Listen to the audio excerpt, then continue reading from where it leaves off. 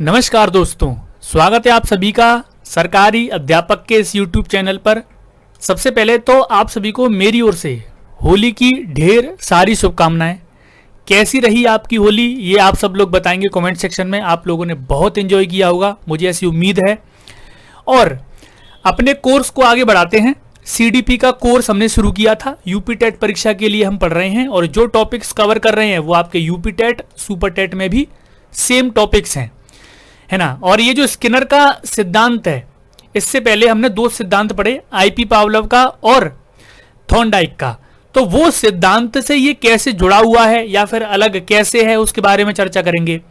और अधिगम में जितने भी सिद्धांत हैं वो सिद्धांत यही सिद्ध करते हैं कि बच्चा अलग अलग तरह से सीखता है।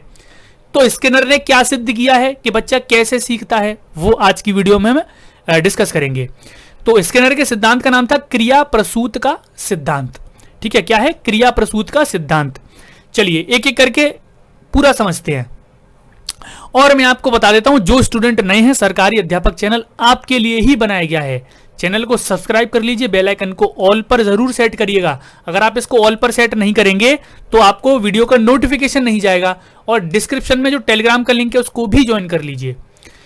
चलिए मैं आपको अनुबंधन, अच्छा इसको पढ़ाने से पहले, सिद्धांत को पढ़ाने से पहले, जो क्रिया प्रसूत का सिद्धांत है इसको पढ़ाने से पहले एक चीज बता देता हूं। अनुबंधन क्या था? देखिए अनुबंधन क्या है। इससे पहले आईपी पावलोव के बारे में हमने पढ़ा था। आईपी पावलोव में क्या है, जो अनुबंधन है उसको अनुक्रिया अनुबंधन बोला गया था। क्या बोला गया है? अनुक्रिया अनुबंधन, जिसको एस टाइप अनुबंधन बोलते हैं। एस यानी कि स्टिमुलस, स्टिमुलस यानी कि उद्दीपक। तो उद्दीपक अनुबंधन बोला गया है इसको, एस टाइप अनुबंधन। यानी कि इसमें क्या कर रहा था, कुत्ता बैठा था, कोई भी अनुक्रिया नहीं कर रहा था। जैसे ही उसको भोजन दिखा तो वो क्या है, अनुक्रिया करने लगा। तो वो अनुक्रिया अनुबंधन था, वैसे कुछ नहीं कर रहा था। लेकिन आज जो हम स्किनर का सिद्धांत पढ़ने वाले हैं, इसमें इन्होंने अनुबंधन को अलग तरह से बताया है। इन्होंने इसको सक्रिय अनुबंधन बोला है। इनका अनुबंधन सक्रिय अनुबंधन है, इनका अनुबंधन अनुक्रिय अनुबंधन है। तो ये सारी चीजें भी मैं आपको आगे डिस्कस करूंगा, है ना। इसको आर टाइप अनुबंधन बोलते हैं, यानी कि रिस्पॉन्स, रिस्पॉन्स यानी कि अनुक्रिया, प्रतिक्रिया। तो जो प्रतिक्रिया करेगा, अब यहां पर देखिए स्किनर ने ये बोला है कि प्रतिक्रिया करने से बच्चा सीखेगा। और यहां पर पावलोव ने क्या सिद्ध किया था कि बच्चे के सामने उद्दीपक रखो, स्टिमुलस रखो, तब वो सीखेगा। तो ऐसे ही इसको मैं आगे भी डिस्कस करूंगा। छोटी सी बात थी, अब चलते हैं अपने सिद्धांत पर। सबसे पहले मैं आपको स्किनर का प्रयोग बता देता हूं कि स्किनर ने प्रयोग कैसे किया था। तो स्किनर का जो प्रयोग था वो एक चूहे पर था। उन्होंने एक चूहे को बॉक्स में बंद कर दिया। इस बॉक्स को उन्होंने स्किनर बॉक्स नाम दिया था। क्या दिया था? Skinner box. इस स्किनर बॉक्स में ये एक लीवर लगाया गया और इसमें भूखे चूहे को बंद किया गया। क्या किया गया? भूखे चूहे को। और बाहर इन्होंने एक डिस्पेंसर लगाया और इस डिस्पेंसर में क्या है, एक खाना, यहां पर गोलियां डाली, खाने की गोलियां, जो खाना है वो डाला। और ये जुड़ा था सीधा इस लीवर से, यानी कि इस लीवर पर अगर पैर पड़ गया चूहे का तो यहां से ये ऊपर होगा और यहां से जो खाना है वो इसके अंदर, खाने की गोली है वो इसके अंदर आ जाएगी। अब इन्होंने क्या किया, एक चूहे को यहां पर रखा। चूहा भूखा था, भूखे चूहे को रखा। अब जैसे ही चूहा भूखा होता है तो वो इधर से उधर कूदने लगा। अब पूरे बॉक्स में वो इधर से उधर घूमने लगा। तो उसका अचानक जो पैर है वो इस लीवर पे पड़ गया। जैसे ही उसका पैर इस लीवर पर पड़ा, ये डिस्पेंसर ऊपर हुआ और यहां से जो खाने की गोली है वो अंदर आ गई और इसने वो गोली खा ली। इसको कुछ कुछ समझ में आया कि यहां पर पैर रखने से होता है। ऐसे ही फिर इसको भूख लगी, फिर इस पूरे बॉक्स में ये उछल कूद करने लगा। फिर अचानक से इसका पैर इस पर पड़ा, फिर दोबारा से भोजन इसके अंदर आ गया अपने आप।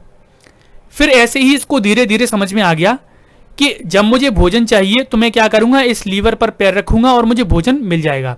फिर इसके बाद चूहे ने कोई भी प्रतिक्रिया करना बंद कर दिया। जैसे ही उसको भूख लगती वो सीधे इस लीवर पर पैर रखता और यहां से उसको अपना भोजन मिल जाता।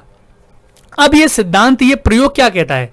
ये प्रयोग कहता है कि जब आवश्यकता होती है, जब अधिगम की आवश्यकता होती है, बच्चे को अधिगम की आवश्यकता, कुछ चीज जाननी है, कुछ सीखनी है, तब वो उछल कूद करता है और अपना अधिगम जरूर करता है ना। अब इस तरह से इन्होंने बताया कि बच्चे का अधिगम कैसे होता है। बच्चे का अधिगम जो अनुक्रिया है उसके द्वारा भी होता है, जब उसको उसकी जरूरत पड़ती है तो वो अधिगम जरूर करता है। चलिए अब आगे चलते हैं इनके सिद्धांत पर।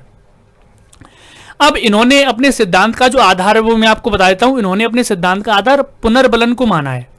ये चीज आप याद कर लीजिए, ये आप रट लीजिए कि पुनर्बलन का जो किस सिद्धांत का आधार पुनर्बलन है, तो याद रखेंगे स्किनर के सिद्धांत का आधार पुनर्बलन है।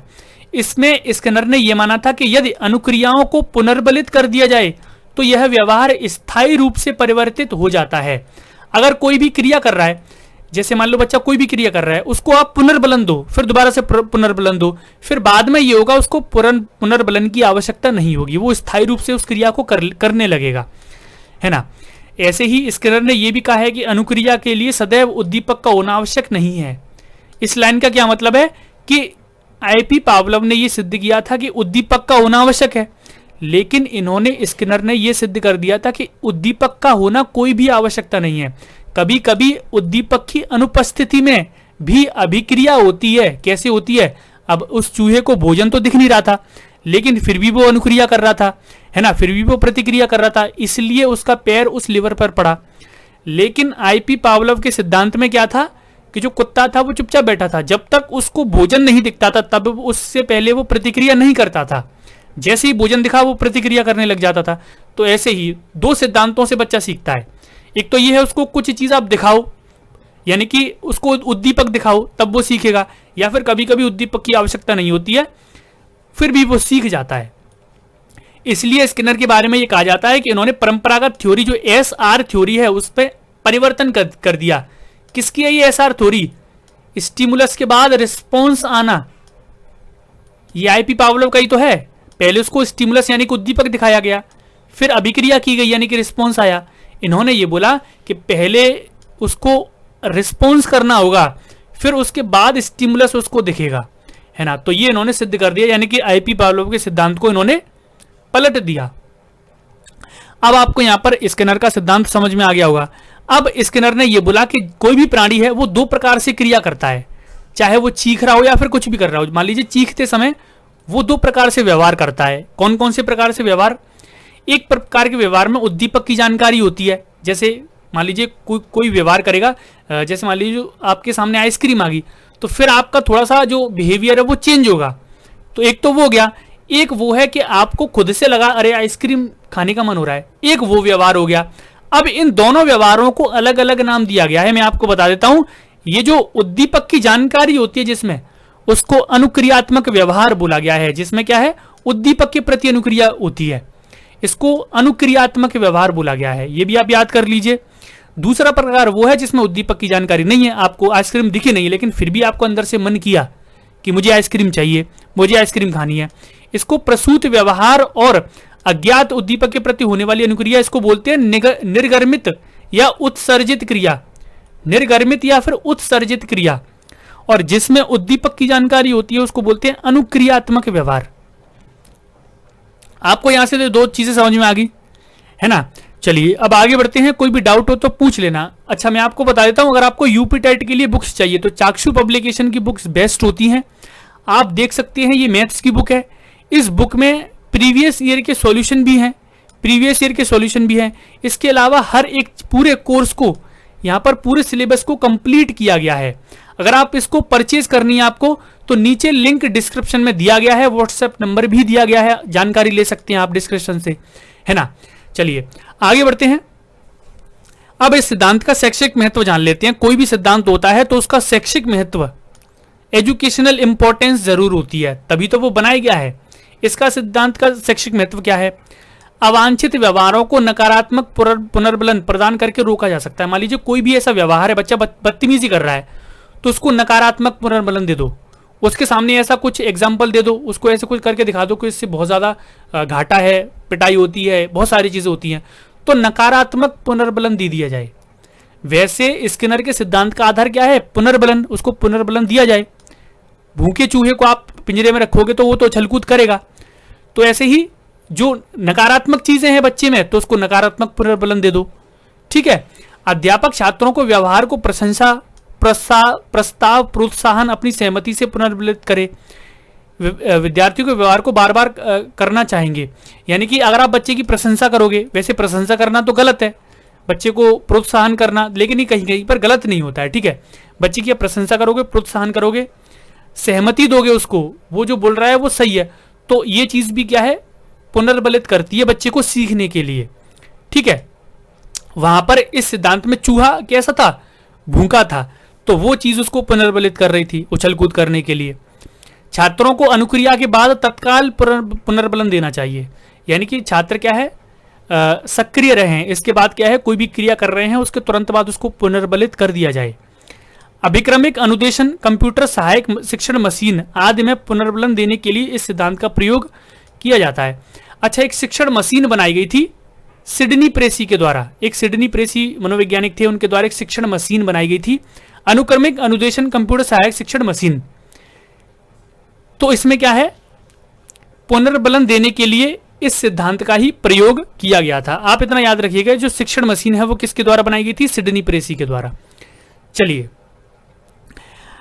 ये कुछ इंपॉर्टेंट पॉइंट थे सिद्धांत के। अब कोई भी सिद्धांत जब बनता है तो उसकी आलोचना जरूर होती है, उसमें कुछ ना कुछ कमियां जरूर होती हैं। इसमें क्या कमियां हैं, यह सिद्धांत सिर्फ और द्वारा सीखने पर ही बल देता है। अच्छा, यहां पर कुछ मिसप्रिंट लग रहा है मुझे, ठीक है। चॉम्स्की के अनुसार जब तक शिक्षक बालकों की भीतरी संरचना अथवा अवस्था को नहीं सीख पाएगा, कक्षा में कोई भी शिक्षण अर्थपूर्ण नहीं होगा। यानी कि यहां पर यह बोला गया था कि चॉम्स्की के द्वारा कि बच्चे को खुद से अंदर से पुनर्बलित करोगे आप तब सीखेगा, लेकिन ऐसा नहीं है। जब तक शिक्षक बालकों की भीतरी संरचना को नहीं जान लेता, सब कुछ उसके बारे में, उसकी अवस्था, उसकी पूरी संरचना को नहीं जान लेता, तब तक शिक्षण कार्य अर्थपूर्ण ही रहेगा, क्योंकि पढ़ाएगा लास्ट में कौन, उनको, शिक्षक। तो चॉम्स्की ने ही बोला था कि शिक्षकों को भी महत्व दिया जाए। ऐसा नहीं कि बालक खुद से पुनर्बलित हो, उसके खुद से ही इच्छा हो तभी पढ़ेगा, ऐसा नहीं है। तो ये चॉम्स्की ने इसकी थोड़ी सी आलोचना करी थी। चलिए अब आगे बढ़ते हैं। ये आपका सिद्धांत लगभग कंप्लीट हो गया है, ठीक है। स्किनर का क्रिया प्रसूत का सिद्धांत है, जिसमें स्किनर ने बोला है कि बालक क्रिया करके सीखता है। उसको आप पुनर्बलित कर दें, अंदर से खुद से पुनर्बलित हो तो क्रिया करेगा तो सीखेगा। ऐसे ही चूहा है, उसको भूख लगी, जब तक भूख नहीं थी वो चुपचाप बैठा था, जैसे ही भूख लगी तो उछल कूद करने लगा। ऐसे ही जब तक जॉब की आवश्यकता नहीं होती तो कोई बच्चा नहीं पढ़ता, लेकिन उसको लगता है कि सरकारी जॉब इंपॉर्टेंट है, फिर वो पढ़ने लग जाता है, तो वो अंदर से पुनर्बलित हो गया। तो यही सिद्धांत का पूरा सार है ना, क्रिया करके बालक सीखता है। चलिए यहां से ये इससे सिद्धांत खत्म होता है। और यूपी टेट के लिए मैं आपको बताता हूं, गणित की बुक्स ये चाक्षु पब्लिकेशन की है, अमेजॉन फ्लिपकार्ट का लिंक डिस्क्रिप्शन में दिया गया है। इनको 5 स्टार की रेटिंग भी अमेजॉन पर दी गई है। और आपसे अगले सिद्धांत में मिलेंगे, अगली वीडियो में अगले सिद्धांत को कवर करेंगे। कोहलबर्ग, जीन पियाजे, बहुत सारे सिद्धांत हैं जिसको हम कवर करने वाले हैं। मिलते हैं आपसे नेक्स्ट वीडियो में, अभी के लिए इतना ही, धन्यवाद।